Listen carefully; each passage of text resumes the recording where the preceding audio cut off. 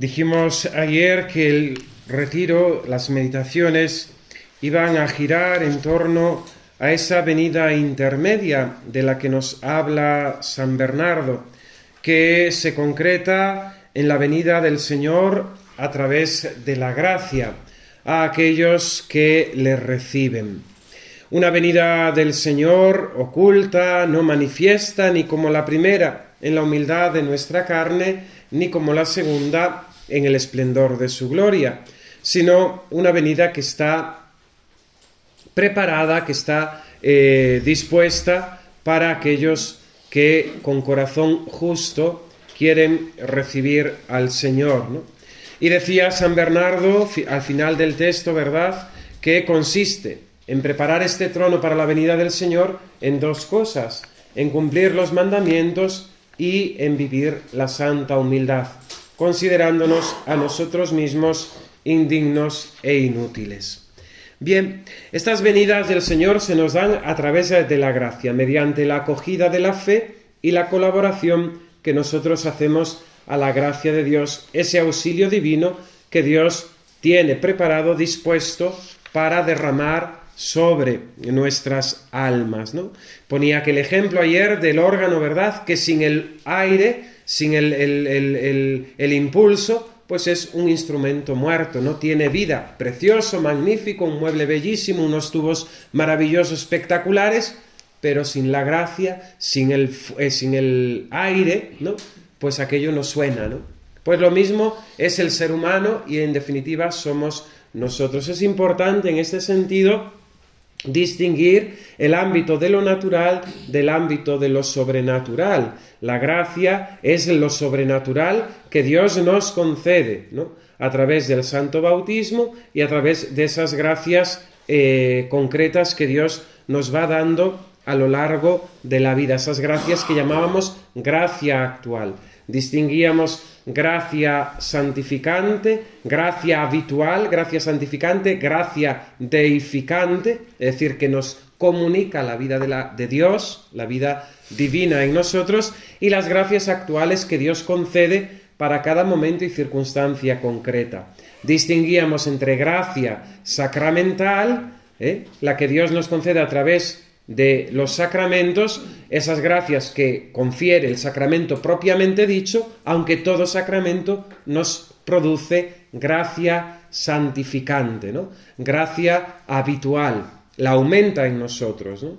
Por eso después lo diremos, ¿no? Entendemos, por ejemplo, la confesión sin que haya un pecado grave que confesarse, e incluso que no haya conciencia de ningún pecado venial.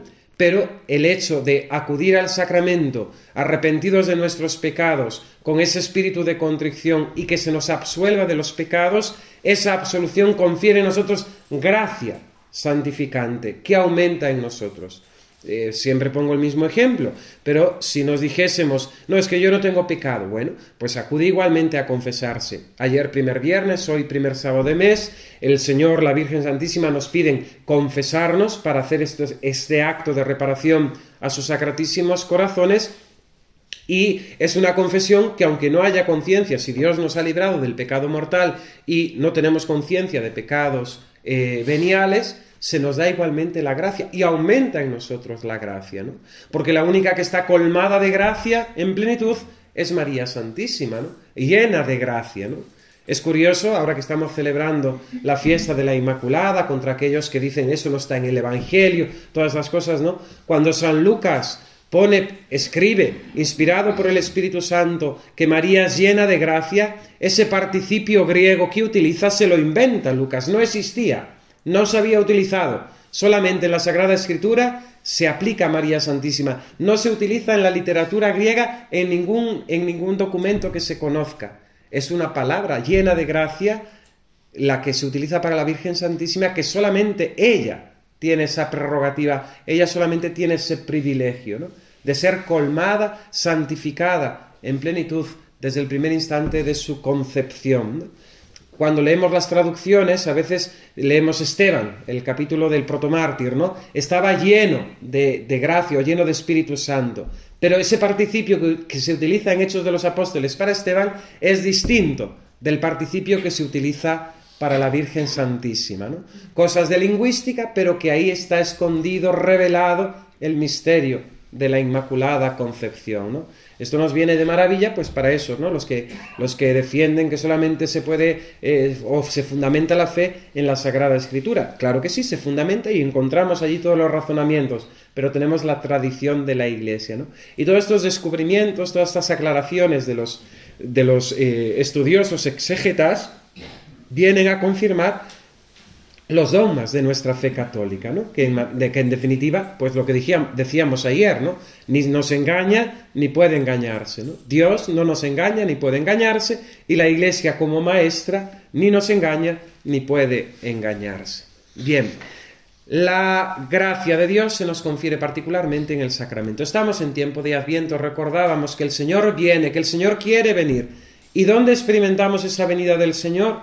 Muy particularmente en el sacramento de la penitencia. Y esto va a ser la charla de esta mañana. Evangelio según San Mateo, capítulo 15, versículo 29 al 37. Mateo 15, 29, 37. Siempre lo repito las citas porque siempre que uno va a un retiro, a charlas o a clases, cuando dicen las citas, yo para los números soy fatal y nunca das anotado bien la cita. Es como el número del teléfono, ¿no? Te lo dicen, ¿qué? ¿No? Pues Mateo 15, 29, 37. Leemos. Partiendo de allí, vino Jesús cerca del mar de Galilea, y subiendo a una montaña se sentó allí.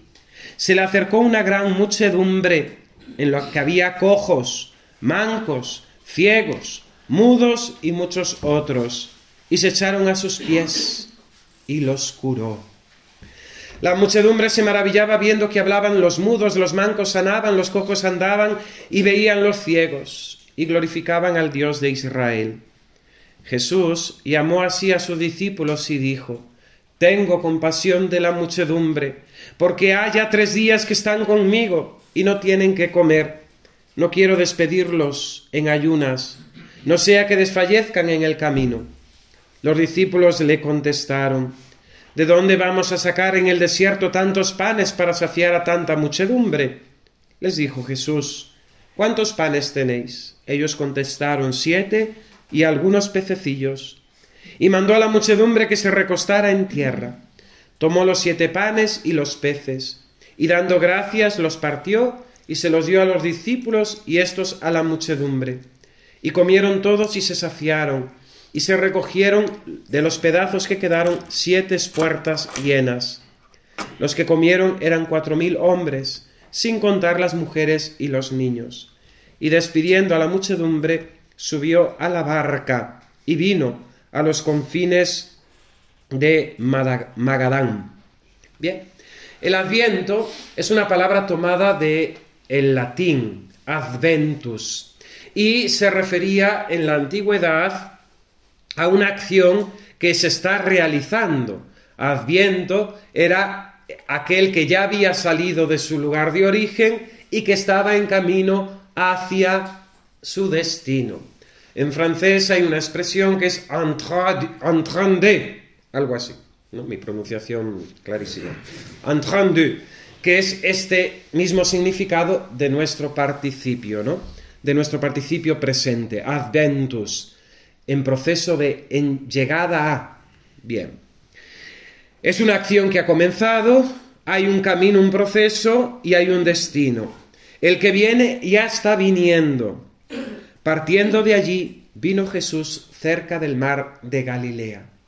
Si vemos la vida de nuestro Señor Jesucristo en ese recorrer de un lado a otro, la Tierra Santa, es en definitiva este adviento de Cristo que venía a salvar a las almas, que venía a las ovejas descarriadas de Israel, pero también a salvar a todos los hombres. Despidiendo a la muchedumbre, se subió a la barca y vino a los confines de Magadán, ¿no? Una acción continua en Cristo, en este venir. Vino una primera vez, vendrá una segunda vez, pero está viniendo y se está comunicando a las almas. Es el mismo Jesús que dejó los cielos para venir a nosotros, el que viene, ¿no? El mismo Hijo de Dios. Es el mismo Jesús que recorrió la Tierra Santa en un ir y venir. Es el mismo Jesús que no deja de venir porque no ha dejado de estar entre nosotros.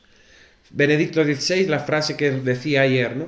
La fe cristiana es un continuo adviento de un Dios que sale de sí mismo al encuentro del hombre.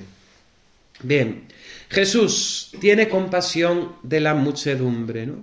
Tengo compasión de la muchedumbre, le dice el Señor a sus discípulos. Hace ya 3 días que están conmigo y no tienen que comer. No quiero despedirlos en ayunas, no sea que desfallezcan en el camino, ¿no? Es la compasión de Dios por sus criaturas, ¿no? Este Dios que se mueve a misericordia, porque el amor de Dios hacia nosotros, sus criaturas, es un amor de misericordia, de poner el corazón en aquello que es pobre. De hecho, la palabra misericordia se compone de miser, que es la palabra en latín para decir pobre, pequeño, débil, y cordia, de la palabra cor cordis, corazón. Dios pone su corazón en lo pequeño, en lo miserable, y eso somos nosotros, sus criaturas. Porque el amor solamente se puede dar entre iguales. El amor lo afirmamos entre el Padre y el Hijo, porque son 2 personas de la Santísima Trinidad y son iguales en cuanto que son Dios. Podemos hablar de amor entre 2 personas, el esposo y la esposa, porque son iguales, pero no podemos decir yo amo a mi perrito. Hoy sí, hoy la gente, pues eso, dicen que los perros son personas y que el perro tiene sentimientos y que me entiende y bueno, todas estas chorradas y memadas de nuestros días, ¿no? Pero yo no puedo amar a un perro porque la naturaleza es distinta. El perro es un animal, yo soy una persona humana, ¿no? También ahora últimamente pues ha salido algo también, ¿no? Desde Roma, de que el feto, como dijo, es un ser humano, pero no está claro si es una persona, ¿no? Bien, habrá que ir a la escuela otra vez, aprender las cosas, porque cuando la ignorancia es atrevida, pues decimos tonterías, ¿no? Si es un ser humano, es una persona, es que no hay más, ¿no? Pero bueno, como hoy en día se le aplica a las personas también el término persona a los animales, pues ya estamos, ¿no? Y en esto fijaos qué cosa tan inocente, ¿no? Los dibujos animados, los animalitos que hablan, todo eso ha creado esta epopeya mental que la gente tiene de que los animales son eso, que pueden relacionarse con ellos, y eso desde niños, ¿no? Por eso hay que estar vigilantes. Hoy se nos exige, lo decía ayer, ¿no?, una vigilancia, una capacidad de juicio, un estar alerta, sin estar siempre con la espada levantada, ¿no? Pero sí que hay que tener un criterio de juicio necesario, porque hoy nos venden gato por liebre, ¿no? Como en los restaurantes chinos, ¿no?, que no sabes lo que comes nunca. Yo solamente fui a un chino una vez, fue en Fátima. Llegamos muy tarde, no había nada abierto y acabamos en un restaurante chino. Y en aquella carta, con letras chinas y portuguesas, yo lo único que entendí es que había algo de vaca, ¿no? Y lo pedí, pero me presentaron un plato y aquello era trocitos de algo con mucha salsa. Yo aquella noche no cené, ¿no? No comí porque no sabía si era vaca, si era gato o si era chino muerto. Entonces me quedé sin comer, ¿no? Bien. El Adviento, la misericordia de Dios, el consuelo de Dios, la compasión de Dios. Este Jesucristo que se siente movido a compasión de sus seguidores, de aquellos que están con Él, ¿no? Suena en nosotros esto que se repite tanto en el Adviento, ¿no?, tomado del profeta Isaías, capítulo 40, versículo 1 y siguientes. Consolad, consolad a mi pueblo, hablad con cariño a Jerusalén y decidle que su esclavitud ha terminado, que ya ha pagado sus faltas, que ya ha recibido de mi mano el doble castigo por todos sus pecados. Es el Dios que se mueve a compasión, el Dios providente, ¿no?, el Dios que hace historia de salvación, ya lo dijimos un poquito ayer. Es el Dios que se manifiesta como el buen pastor, ¿no?, que canta el Salmo 22, ¿no?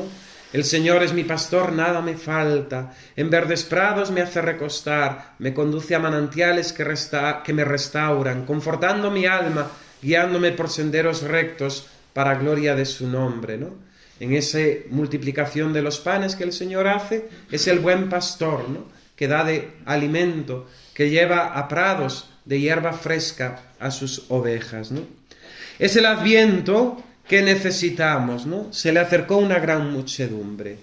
El hombre tiene necesidad de Dios. Esa misma necesidad que Dios ha puesto en nuestro corazón y por la cual nosotros tendemos hacia Él, ¿no? El hombre busca a Dios. Y esto lo hace siempre, ¿no? Incluso aquellos que viven de forma alejada de Dios, esta gente que vive hoy tan perdidamente, en definitiva está buscando a Dios. Pero lo busca por caminos erróneos, ¿no? Porque en definitiva el hombre busca la felicidad.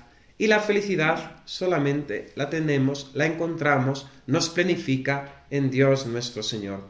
Cuando vemos gente metida pues en la droga, en modos de vida totalmente destructivos, esa gente está buscando la felicidad, pero la busca allí donde no la encuentra. Es más, donde se autodestruye, ¿no? O donde se pone en peligro de destruirse, ¿no? Pero el hombre busca la felicidad. Esta es la motivación por la que todos nosotros nos movemos, actuamos, trabajamos. Nadie vive sin anhelar esta felicidad, de forma más consciente o menos consciente. Pero si os fijáis, ¿por qué vamos a trabajar todos los días? Porque me gusta mucho mi trabajo. Bueno, te puede gustar, pero 365 días al año hay días que no te gusta el trabajo. Pero en definitiva buscas la felicidad porque a través del dinerito que te ingresan a final de mes, pues tienes para satisfacer unas necesidades que te hacen sentirte bien. Poder pagar la calefacción en el invierno, tener la nevera y la despensa llena, etcétera, etcétera, ¿no? Es decir, nos movemos porque anhelamos la felicidad. Todo lo hacemos por un fin. El hombre actúa por un fin, ¿no? Ya digo que a veces uno no lo tiene tan consciente, o no lo ha meditado, no lo ha considerado, ¿no? Nosotros necesitamos a Dios, ¿no? No todos caen en la cuenta, ¿no? Por eso esta venida intermedia, nos decía ayer San Bernardo, que es para los elegidos, para aquellos a los que Dios concede la luz, ¿no? Concede la gracia. Pero aquí también hay que afirmar una tesis de la teología basada en la Sagrada Escritura, el apóstol San Pablo. Dios quiere que todos los hombres se salven. Y si la voluntad de Dios es que todos los hombres se salven, es que Dios concede a todos las gracias necesarias para alcanzar la salvación. Entonces, todos buscamos la felicidad, no todos buscamos a Dios directamente, pero en definitiva Dios no deja de conceder a todo hombre la gracia necesaria para alcanzar la salvación. Hoy es la Iglesia en este Adviento la que nos dice como Juan Bautista, preparad un camino al Señor, ¿no? ¿Por qué lo necesitamos? Y en definitiva, ya lo hablamos ayer, porque nadie puede salvarse a sí mismo, nadie puede alcanzar la salvación por sí, nadie puede tener vida eterna, ¿no? Es decir, esta vida nos condena a la muerte, ¿no? El materialismo práctico que propone el comunismo, el socialismo, es la muerte, el dejar de existir. Y esto repugna a nuestra propia inteligencia. Es decir, el propio ser humano necesita creer que hay vida eterna. Los mismos paganos hablaban de ello, ¿no? Antes de la venida de nuestro Señor Jesucristo. En la misma Sagrada Escritura hay un progreso, ¿no? Desde el mismo anhelo a algo material y a una felicidad material, como podía ser un hijo de la promesa o una tierra, eso todo se proyecta y se acrecienta con una eternidad, ¿no? Con una tierra prometida que ya no tendrá cambios, ¿no? Que serán esos cielos nuevos y esa tierra nueva de la que hablará el apóstol San Juan en el Apocalipsis. Necesitamos el Adviento, necesitamos a Jesucristo, porque nadie puede ser salvo si no invoca su nombre, ¿no? Bien, el Adviento nos salva. ¿Y de qué nos salva? Lo hemos leído en el Evangelio. Vino Jesús cerca del mar de Galilea y se acercó a él una gran muchedumbre. ¿Y cómo era aquella gran muchedumbre? Era un hospital. Cojos, mancos, ciegos, mudos y muchos otros, ¿no? Nosotros necesitamos también que el Adviento nos salve, que Jesucristo nuestro Señor nos salve, ¿no? Ellos echaron a sus pies y los curó. ¿Quiénes son estos? Somos nosotros. Somos nosotros con nuestras enfermedades, con nuestras taras, con nuestras heridas y sobre todo con nuestros pecados. Con nuestros pecados. ¿Quién nos puede perdonar, no? De hecho, hay personas que experimentan, ¿no?, esa falta de misericordia consigo mismas, ¿no?, que aun después de venir a confesarse, de haber reflexionado el sacerdote, haberles instruido acerca del perdón de Dios, no son capaces de perdonarse a sí mismas, ¿no? Dios nos perdona, Dios olvida, Dios rompe, ¿no?, nuestro pecado, lo hace desaparecer. Es cierto que queda siempre el reato de culpa y la satisfacción que hemos de hacer por nuestro pecado, ¿no? Pero Dios olvida, Dios perdona de verdad. Lo que nosotros decimos de yo perdono pero no olvido, Dios eso no lo dice, ¿no? Dios perdona y perdona de verdad, ¿no? Entonces, cuando experimentamos el pecado, cuando caemos en la cuenta de la gravedad del pecado, experimentamos y nos damos cuenta también de que solamente Dios puede perdonarnos, de que solamente en Dios encontramos salvación, de que solamente en Dios tenemos misericordia. Jesús los cura a todos aquellos que acuden a Él. Obra un milagro físico. En esto, y es, vamos a decir, un excursus, hemos de afirmar la historicidad de los milagros, ¿no? Ya sabéis que debido a la exégesis protestante ha habido pues una tendencia a ridiculizar los milagros del Evangelio e incluso pues a simplemente valorar su sentido espiritual. La Iglesia siempre y actualmente, porque no puede ser de otra manera, afirma la historicidad de los Evangelios y los acontecimientos allí narrados. Cuando se nos dice que el Señor caminó sobre las aguas, es que nuestro Señor Jesucristo, ahora me acaba de venir a la cabeza un chiste, caminó sobre las aguas, ¿no? Caminó sobre las aguas. ¿Hay algún catalán? Dicen que fue un catalán a Tierra Santa, ¿no? Entonces lo llevaron al lago Tiberíades y ahí hay aquellas barcazas, ¿no?, donde normalmente pues se sube uno, tal, le dan una vuelta, lo llevan al centro, se hace una reflexión.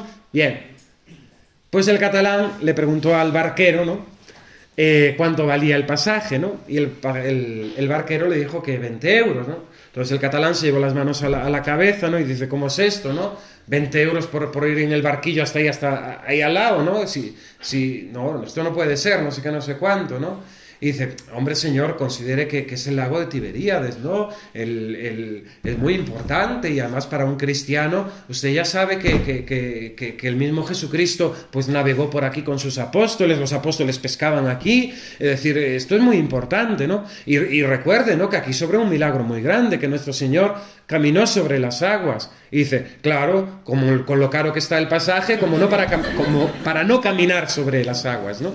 Algo así. Bien. Los milagros son históricos, acontecieron. El cojo fue curado de su cojera, el ciego fue curado de su ceguera, ¿no? Esto es importante recordarlo y afirmarlo para no devenir en otras cosas. Pero los milagros, lógicamente, tienen una finalidad mayor que el obrar material, físico de la curación. Tienen una función de revelación, de mostrarnos quién es el que cura al ciego, que es la luz del mundo, Jesucristo, ¿no? El que cura al cojo, ¿no?, que es el camino, la verdad y la vida, etcétera, etcétera. Los milagros que Jesús realiza no es porque Jesucristo quiera demostrar, ¡hey, aquí, que soy yo!, ¿no?, el Todopoderoso, ¿no?, sino que Jesucristo quiere llevar a los hombres a la fe, ¿no?, y manifiesta a través de los milagros su divinidad, su divinidad. Los milagros son pruebas de su divinidad. Es curioso como en manuales, ¿no?, incluso de algún alto cargo del Vaticano que escribió un manual de cristología o de teología fundamental, y ahora ostenta un cargo muy alto en el Vaticano, en la doctrina de la fe, pues parece ser que en sus primeras ediciones de ese libro obviaba los milagros de Jesucristo, que son siempre prueba, fundamento para la defensa de la divinidad de nuestro Señor Jesucristo, ¿no? Es curioso, ¿no? Bien. Jesús cura físicamente, pero Jesús nos cura también a nosotros. El milagro espiritual, ese milagro que decíamos ayer en la venida intermedia del Señor, que es oculto, que solamente lo ven los elegidos, que lo ven en sí mismo. Y dijimos también que lo podíamos ver en los otros, ¿no? Gracias a las conversiones. Los ciegos ven, ¿no? Cuando Jesús, mañana escuchemos en el Evangelio del segundo domingo de Adviento, le van los discípulos de Juan el Bautista a preguntarle, ¿eres tú el Mesías o tenemos que esperar a otro, ¿no? Y el Señor responde, ¿no? Id y decidle a Juan, los ciegos ven, los cojos andan, los leprosos quedan limpios, los sordos oyen, los muertos resucitan, se anuncia el Evangelio a los pobres y bienaventurado el que no se escandaliza de mí, ¿no? Fijaos, el Señor ante la pregunta, ¿eres tú el Mesías?, no dice sí o no, sino va a sus obras, ¿no? Cuando le dice a los mismos judíos, ¿no? En el Evangelio de San Juan, si no me creéis a mí, creed al menos a mis obras, ¿no? Los judíos, cuando condenaron al Señor a muerte, no eran ignorantes. Sabían que Jesucristo había realizado milagros. Cuando lo acusan de revolucionario, de que hacía alterar al pueblo, etcétera, etcétera, lo hacen conscientemente, de que están condenando a un hombre que había hecho milagros públicamente, ¿no? Pero la cerrazón, el entorpecimiento del corazón, la misma envidia que tenían, lo llevan a entregarlo a la muerte, ¿no? Por eso el pecado es grave, ¿no? El pecado es grave. Fijaos cuando pasan por delante, ¿no?, del Señor en la cruz, cómo se mofan de él, ¿no? Tú que eras hijo de Dios, no, baja ahora de la cruz, ¿no? El mismo mal ladrón, ¿no? Y provoca al Señor con esas formas, ¿no? Bien. San Ambrosio. El cargar con nuestros pecados es para perdonarlos, el expiarlos para nuestra corrección. Él asumió, pues, nuestra compasión, asumió nuestra sujeción. El someterse todas las cosas es prerrogativa de su poder. El estar sometido es propio de nuestra naturaleza. Señor, llama a tu siervo que salga afuera, a pesar de las ataduras de mis pecados que me oprimen, con los pies vendados y las manos atadas, ¿no? Está poniendo en labios de Lázaro esta oración, ¿no? Señor, llama a tu siervo que salga afuera, a pesar de las ataduras de mis pecados que me oprimen, con los pies vendados y las manos atadas, y aunque esté sepultado en mis pensamientos y obras muertas, a tu grito saldré libre y me convertiré en un comensal de tu banquete. Tu casa se inundará de perfume si conservas lo que te has dignado redimir, ¿no? Nosotros tenemos que reconocer nuestra enfermedad, nuestro pecado, ¿no? Y en ese sentido hemos de afirmar, ¿no?, aquello que dijo el Papa Pío XII, ¿no? El drama de nuestro siglo es la pérdida de conciencia del pecado, ¿no? Ayer una persona me decía, padre, yo estoy alucinado, ¿no?, de la autoestima que tiene la gente, ¿no?, de que no son capaces de reconocer sus errores, ¿no?, y de que ponderan sus logros de una forma exageradísima, ¿no? Dice el Papa Juan Pablo II, por momentos se oscurece gravemente la conciencia moral en los seres humanos, para distinguir entre lo que es bueno y lo que es malo. Se oscurece además el sentido de Dios, y entonces, perdido este punto decisivo de referencia interior, se pierde el sentido del pecado. Olvidados de Dios, olvidados de sus mandamientos, constituido el hombre en Dios de su propia existencia, ya no hay pecado, ¿no? Porque todo lo juzgo según mi criterio, según lo que yo quiero o me siento, ¿no? Hoy sobre todo el criterio es la sensibilidad, ¿no? Lo que yo siento, ¿no? Si nos queremos, ¿no?, pues ya está, ¿no? Y punto. Y ya no hay más argumentación, ¿no? Si es lo que deseo, si es lo que me... Claro, eso es muy peligroso, ¿no? Esa subjetividad, ¿no? Si la ley no es objetiva, se fundamenta simplemente en el propio criterio del sujeto, Pues lógicamente eso es terrible. Eso es fruto de Descartes, ¿no? Principalmente del Renacimiento y después de la herejía protestante. Recordad que uno de los pilares de la teología protestante de Lutero es el libre examen, el constituirse uno en criterio de verdad, ¿no? La verdad no está en mí en el sentido de que soy yo el que juzga la verdad, sino que la verdad es la realidad, ¿no? Define Santo Tomás de Aquino la verdad como la adecuación de nuestro pensamiento a la realidad que existe, ¿no? El pecado es pecado, aunque yo no lo sienta como pecado, aunque yo no lo piense como pecado, el pecado es pecado, ¿no? Y las cosas son como son. Por mucho que yo diga que ahora es de noche, ahora es de día. No, pero es que para mí es de noche. Bueno, para ti puede ser lo que tú quieras, pero es que ese no es un criterio, ¿no? Y esto está muy metido en nuestra sociedad de hoy, ¿no? Recuerdo a mi profesor del Seminario Menor de Lengua Española, don Juan Manuel Mata, yo creo que se llamaba, ¿no? Entonces había en el libro de Lengua Española un texto al principio de cada unidad, de cada lección, y después había unas preguntas que era, ¿qué opinas?, ¿no? Y dice, esto nos lo saltamos porque lo que opináis cada uno de vosotros no me interesa. Y seguía, ¿no? Claro, es decir, ¿qué opina un niño de 12, 13 años sobre un texto que ha leído? Vamos a entendernos, puede opinar, etcétera, etcétera, ¿no? Pero es que hoy la gente opina y opina categóricamente, dogmáticamente. Su opinión es un dogma de fe, ¿no? Y si se la replicas ya es un escándalo, ¿no? Ya estás hiriéndole en sus sentimientos o provocando. Bien. Juan Pablo II. Restablecer el sentido justo del pecado es la primera manera de afrontar la grave crisis que afecta al hombre de nuestro tiempo. Pero el sentido del pecado se restablece únicamente con una clara llamada a los principios inderogables de razón y de fe que la doctrina moral de la Iglesia ha sostenido siempre, ¿no? Es decir, la crisis de nuestro tiempo no es el tema del dinero, no es que la gasolina cada vez esté más cara, no es que haya, ¿cómo se llama esto?, el cambio climático. El drama de nuestro tiempo es que el hombre ha perdido la conciencia de pecado, porque se ha alejado de Dios y ha perdido su condición, su conciencia de criatura. Este es el drama real de nuestra sociedad, de nuestro tiempo.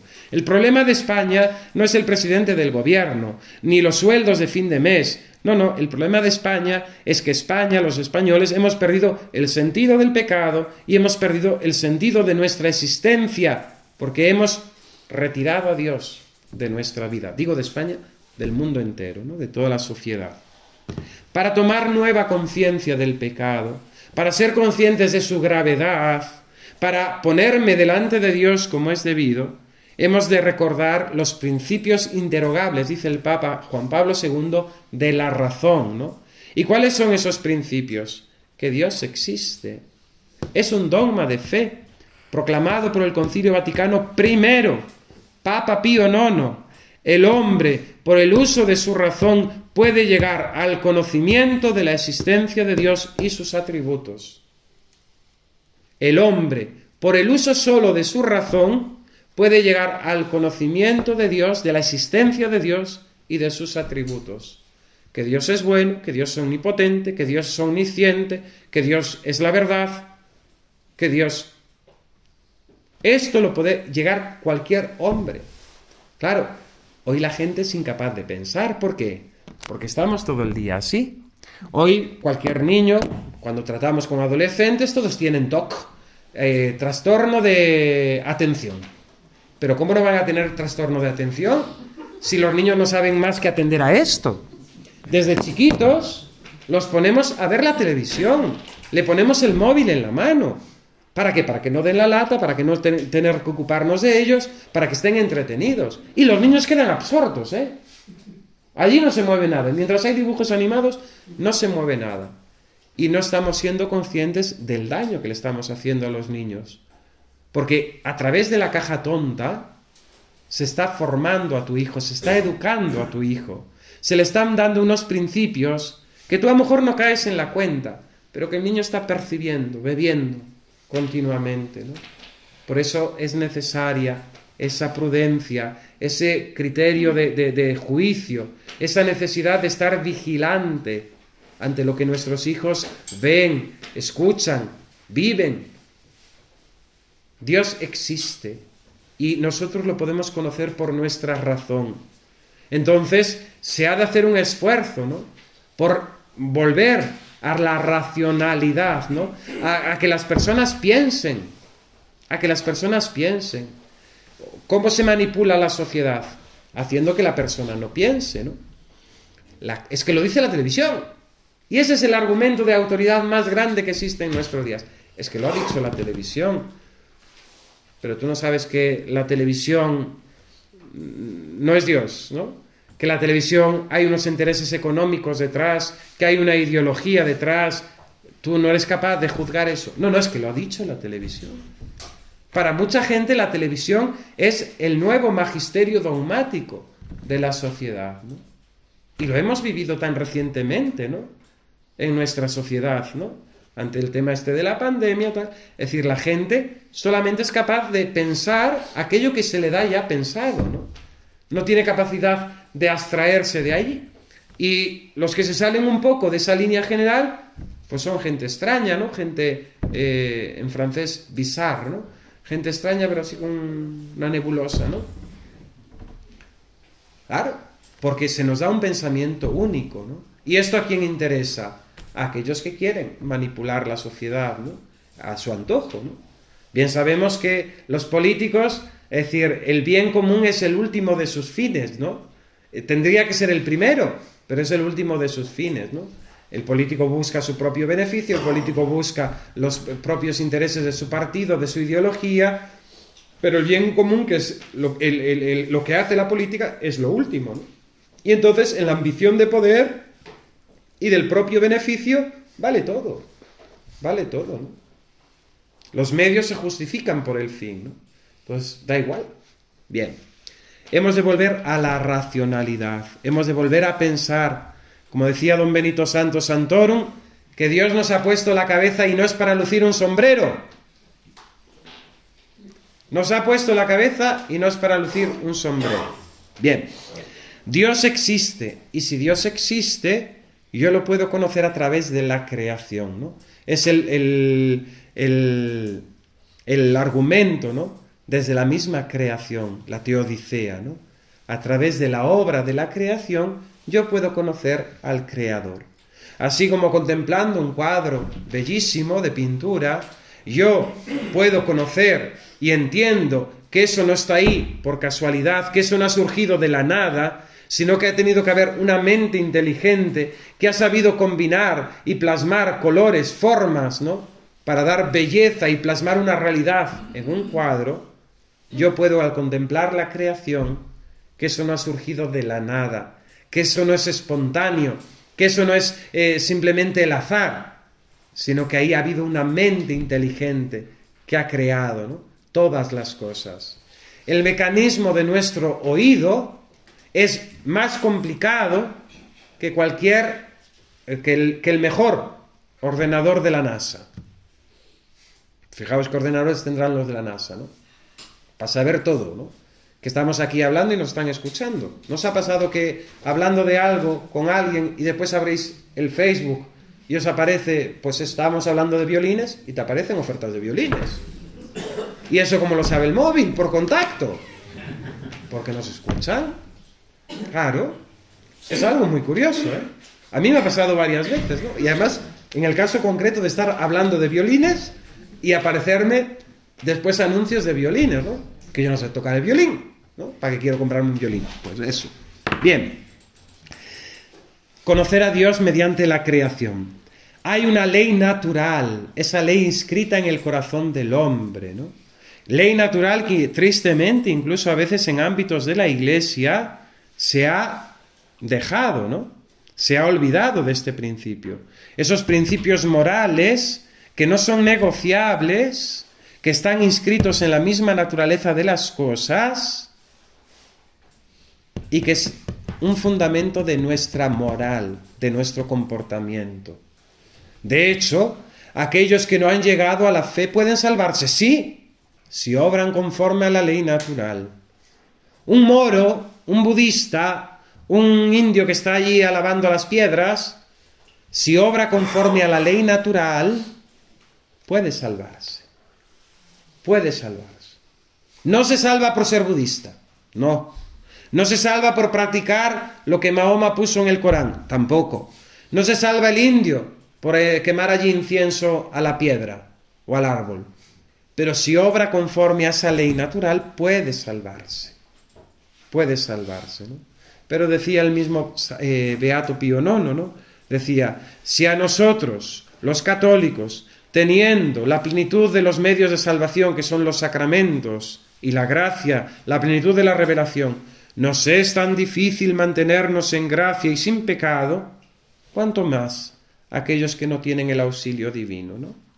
Pero, sin duda alguna, afirmamos que aquellos que viven conforme a la ley natural, no siendo bautizados, pueden salvarse. ¿Qué es esa ley natural? Pues está recogida en los 10 mandamientos, ¿eh? Cuando Dios establece los 10 mandamientos, no es una ley, vamos a decir, exquisita para perfectos, sino que los 10 mandamientos son ley natural. El no matarás es ley natural.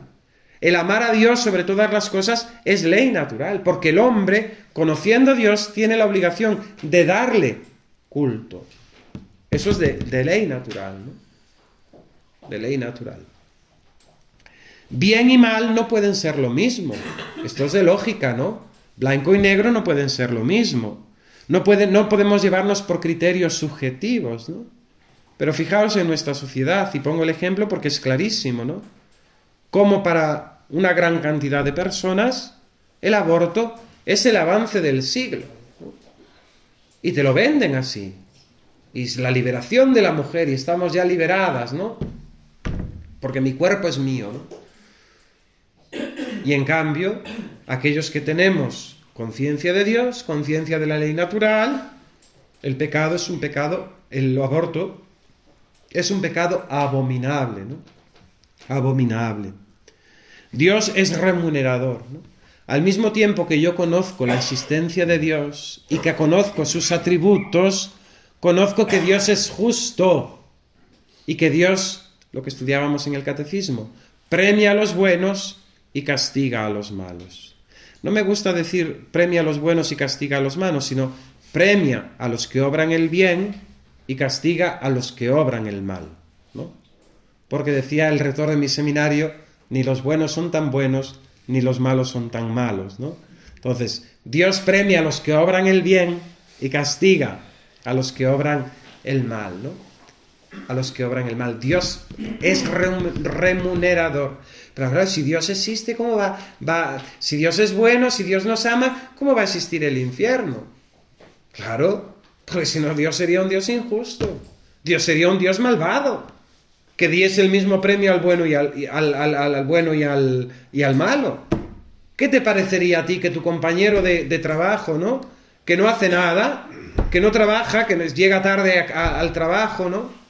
Le pagasen igual que a ti. ¿Te parecería justo? ¿Estarías conforme? ¿No? O el que no estudia, ¿no? Que apruebe igual y saque la misma nota que tú. ¿Te parece justo? No, no se puede dar la misma recompensa a quien hace el bien que a quien hace el mal. El infierno existe porque Dios es justo. Y porque, por otro lado, existe la maldad y existe el pecado. Los principios inderogables de la fe, ¿no? Es decir, para volver a la conciencia de pecado, hemos de volver a los principios inderogables de la razón. Dios existe, Dios es remunerador, el bien y el mal, la ley natural, pero también a los principios inderogables de la fe, ¿no? Porque hemos recibido una tradición, porque hemos recibido la revelación de Dios, ¿no? Dios se ha revelado, y ante la revelación de Dios, una vez conocida, yo estoy obligado en conciencia a creer en Él. La Iglesia no puede obligar a nadie a creer, Dios no obliga a nadie a creer, lo dijimos ayer, Dios respeta nuestra libertad. Pero una vez que nosotros conocemos la verdad, una vez que nosotros conocemos a Dios, tenemos obligación moral en conciencia de seguir esa verdad, aunque me apetezca otra cosa. Y eso yo se lo digo muchas veces a a los adolescentes o a los jóvenes, ¿no? Que les cuesta pues ciertas partes de la moral o de que no entienden, ¿no? El tema de ir a misa los domingos. Mira, si ahora no lo entiendes, no te preocupes, pero fíate. Decíamos ayer que la fe era un camino de confianza, ¿no? Fíate de la Iglesia, fíate de Dios, que se ha revelado, porque lo que te está mandando, lo que te está pidiendo, lo que te está exigiendo, es lo mejor para ti. Porque Dios es Padre y la Iglesia es Madre. Nunca te van a imponer algo que vaya en contra tuya. La mentalidad adolescente, que es lo que hoy reina en la gente, los mayores también, no están libres, ¿no? Adolescentes con 70, 80 años siguen siendo plenos adolescentes, ¿no? Entonces el adolescente piensa que su padre, su madre, el profesor, el cura, son sus enemigos, que están para fastidiarle la vida, ¿no? No seas tonto, hombre. Tu padre, tu madre, el cura, el profesor, están dando la vida por ti, darían la vida por ti. Cuando te corrigen, cuando te enseñan, cuando te mandan, cuando te prohíben, cuando te castigan, es porque quieren tu bien. Le digo a los adolescentes cuando se confiesan, ¿no? Estás en una edad fatal, ¿eh? La cabeza la tienes al revés. Entonces tienes que tomar conciencia de esto, ¿no? Conciencia de esto, de que tienes la cabeza al revés. Pero esta enfermedad se cura, ¿no? Esta enfermedad se cura, ¿no? La juventud y la hermosura son enfermedades que tienen cura, ¿no? Dice el refrán. Bien. Dios se ha revelado, hemos de responder. Dios nos ha dado los mandamientos y su palabra de verdad. Por otro lado, no entendemos el pecado si no nos damos cuenta de sus consecuencias, ¿no? Para tomar conciencia de lo que es el pecado, para volver a Dios, hemos de darnos cuenta de qué consecuencias terribles ha tenido el pecado. Y lo primero de ello es que nuestros primeros padres, Adán y Eva, con el pecado, con la desobediencia, con haber ido a comer el frutito que tan apetecible les parecía, lo perdieron todo. Todo. Los dones preternaturales que Dios les había concedido, el paraíso, fueron expulsados, la dignidad, sobre todo la amistad con Dios, ¿no? Fueron expulsados del paraíso. Y era comer una manzana, ¿no? Fijaos qué cosa tan grave, ¿no? Porque si aún hubiese matado a alguien, ¿no? Pues no, fue comer una manzana. Pero la gravedad del pecado está en la materia, pero no es fundamental la materia, sino la actitud que manifiesta de desamor y desobediencia a Dios, ¿no? Desobediencia a Dios. El pecado contra el amor a los padres no está simplemente en que yo le dé una paliza a mi padre, ¿no? Y faltaría gravemente al mandamiento, ¿no? De honrar a mi padre y a mi madre, ¿no? Sino muchas veces en la misma actitud, ¿no? Pues esto en el pecado contra Dios. No está tanto en que he robado 1 euro o 1000, sino en que he robado, en que he desobedecido el mandato de mi padre que me dice, no robarás. Fijaos, si la desgracia de nuestros padres fue grande, la desgracia de los ángeles todavía mayor, conforme también a la luz y claridad y naturaleza que tenían, ¿no? Cuanto más alto, más bajo se cae, ¿no? Los ángeles, encumbrados con naturaleza angélica sobre los hombres, su pecado tuvo una consecuencia mayor. Y fue la condena eterna, porque ellos viven en la eternidad. Aquel non serviam de Satanás tiene una consecuencia eterna, porque está en la eternidad. Non serviam, dijo Satanás, rechazó a Dios de una vez para siempre. Su claridad, su conocimiento era distinto al de nuestros padres, ¿no? Adán y Eva. ¿Y la consecuencia cuál es? La condena para siempre. De Luzbel a Lucifer, de ángel a demonio. Y ya no hay vuelta atrás, y ya no hay cambio, ¿no? Voy a ver cómo me siento, ¿no? Si me corto un brazo. Claro, córtatelo, pero después no quieras tener el brazo como lo tenías antes, porque no se puede pegar, ¿no? Y esto muchas veces tampoco somos conscientes, lo pegamos. Vamos a tener experiencias, ¿no? Muchas veces incluso se argumenta con San Pablo, ¿no? Pruébalo todo, experimentalo todo y quédate con lo mejor, ¿no? No. Examínalo todo.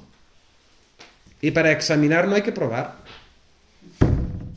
A ver, prueba si esta agua está envenenada. Pues seas tonto. Llévala a un laboratorio y que le hagan las pruebas, pero no te la bebas, ¿no? Mi abuelo ya estaba mayorcito, con 80 y tantos largos, y le dio, yo no sé si era algo por la cabeza, le faltaba alguna pastilla o así, el riego. Y se puso una temporada, vivía en una zona rural de Galicia, Salvatierra de Miño, Leiros, y allí se puso una temporada a probar las hierbas que le nacían en la huerta, ¿no? Entonces las cogía, las secaba, y después hacía infusiones, y se probaba a ver qué efectos le hacía, ¿no? No, ten cuidado, ¿no? Te puede dar una colitis que te puedes quedar ahí sentado en el váter, ¿no? Perdón. Bien. Los ángeles, las consecuencias. Nosotros, ¿no? Nosotros, ¿qué nos espera, no? De nuestro pecado, porque nuestro pecado es una ofensa a Dios eterno. Nuestro pecado adquiere un valor de eternidad, de ámbito sobrenatural. No se queda meramente en la acción, que puede ser subsanable, ¿no? Yo robo €1 y puedo devolverlo. Pero el hecho de la desobediencia a Dios, de su mandato, entra dentro del ámbito eterno de la sobrenaturalidad. Y por eso adquiere una gravedad infinita, que solamente Dios puede perdonar, restaurar. Por eso fue necesaria la justificación, por eso fue necesario que Cristo se hiciese hombre y siendo verdadero hombre y verdadero Dios, muriese en la cruz, para que su sacrificio fuese verdadero sacrificio, hecho por un hombre, pero de un valor infinito, porque era Dios. Y por eso necesitamos la Santa Misa cada día, para el perdón de nuestros pecados, porque nadie puede perdonarse su pecado, ¿no? Pensemos la gravedad del pecado. ¿Qué tuvo que hacer Dios para perdonarnos? Lo podía haber hecho con un acto de su voluntad, pero en cambio Dios quiso mostrarnos en un exceso de su misericordia la gravedad misma del pecado y su amor a nosotros. Tanto amó Dios al mundo, dice el Señor en el Evangelio, San Juan 3, tanto amó Dios al mundo que envió a su Hijo para que todo el que cree en Él no se pierda, sino que tenga vida eterna, ¿no? Que tenga vida eterna. Fijaos, dice el apóstol San Pablo, ¿a qué precio fuisteis comprado?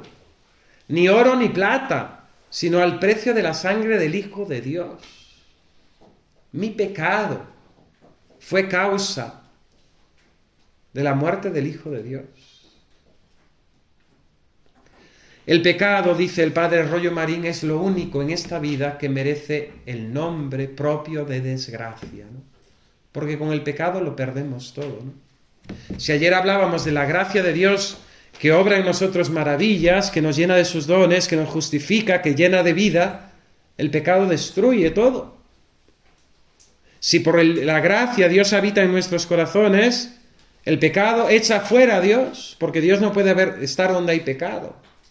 El pecado lo aniquila, es como un terremoto, como una hecatombe en el alma, ¿no? Y de estar viva a estar muerta. Entonces ya no somos ni cojos, ni leprosos, ni ciegos, sino que estamos muertos a la vida sobrenatural. Y si la muerte nos coge en pecado mortal, ya sabemos a dónde vamos, ¿no?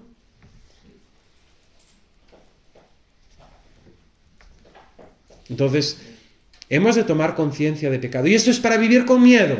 No, eso es para vivir con confianza en la misericordia de Dios y queriendo vivir sus santos mandamientos, ¿no? Porque esta es la morada que hemos de preparar para el Señor.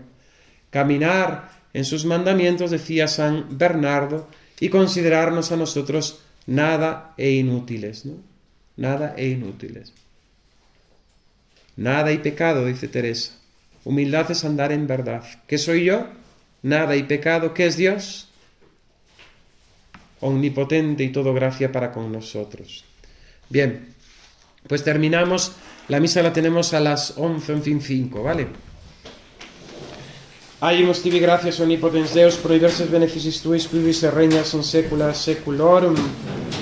Sagrado Corazón de Jesús, Inmaculado Corazón de María, glorioso Patriarca San José, Ave María Purísima.